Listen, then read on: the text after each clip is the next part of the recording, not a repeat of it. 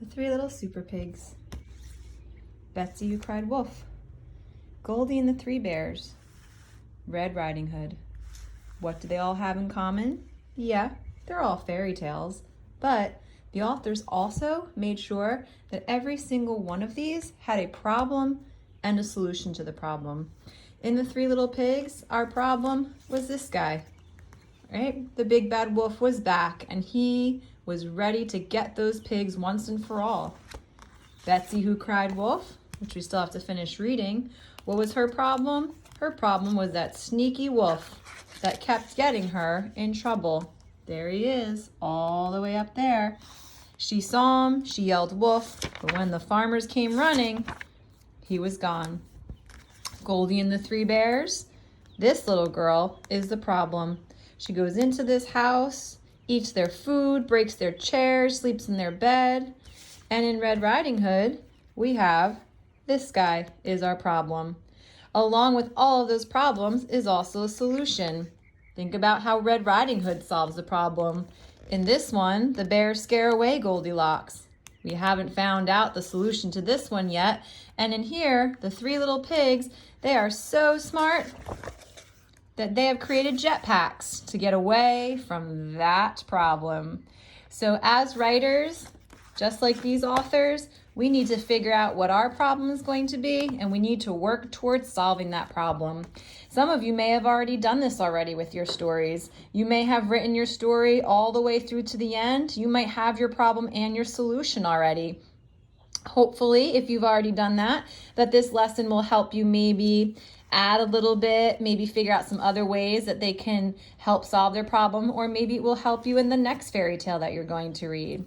So I have my fairy tale that I've been working on. I'm going to share with you now. I'm going to start from the beginning, even though you've heard the first few pages already. Always, as a writer, we should reread what we've written so far to set our brain to know what do I want to write next. We know what we've written already, and then our brain can decide what we're going to write next. Once upon a time, there were three very curious little fish. They lived in the deepest part of the Atlantic Ocean. One day they decided it was time to go off and explore past the little place they had always called home. They packed their shell sacks and seaweed packs. Each one kissed Mama Fish goodbye, telling her they loved her. Mama Fish warned the three little fish, "Be careful out there. The ocean is full of many creatures much bigger than you." The three little fish promised their mama they would be careful and not to talk to anyone with sharp teeth. They flipped their fins goodbye and swam away. The three fish looked at each other and smiled. They were finally off on their own, something they had waited a long time for. The first little fish said, "Can you believe it? Look at us, headed out to the big sea," as he did backflips. "I know," said the second fish. "I'm so excited to explore the Atlantic and make new friends," as she twirled and twisted.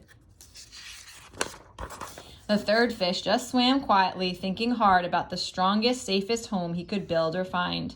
After what felt like hours for their little fins, the three fish decided it was time to start building their homes. They needed shelter before the ocean floor grew dark. The first little fish wasn't interested in spending too much time with his home. He found a patch of seaweed and felt it would do. The second fish took a bit more time and gathered shells of all kinds. See, now that I'm rereading, I'm realizing that I need to go back and fix some things. She built a shell palace for herself, and then there was the third little fish, the thinker. He searched high and low, this way and that way. At last he found what he thought would be the perfect home, an empty cave with a sea anemone entrance. It was truly perfect. As all the fish were settling in, a dark shadow swam above them, but it went unnoticed. They were too busy getting ready for their first night on their own. So here is where I start posing my problem. That dark shadow. That is going to be the big great white shark. So as I continue to write across my next few pages, I'm going to continue building up my problem. I'm going to continue following the pattern of the three little pigs, but in this case, it's fish and the shark.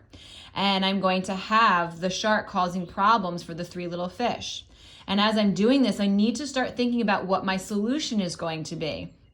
How is that third little fish, or all three of the fish, going to solve the problem of getting rid of this big bad great white shark. So you as writers need to do this as well. You need to start developing your problem. Start thinking about what your problem is going to be. And problems always in stories should have a solution, most of the time. So writers, as you're writing, right, remember a perfect fairy tale narrative is going to have some sort of problem and most likely a solution to that problem. And it's your job to figure out what that's going to be. Cannot wait to see your fairy tales. Happy writing.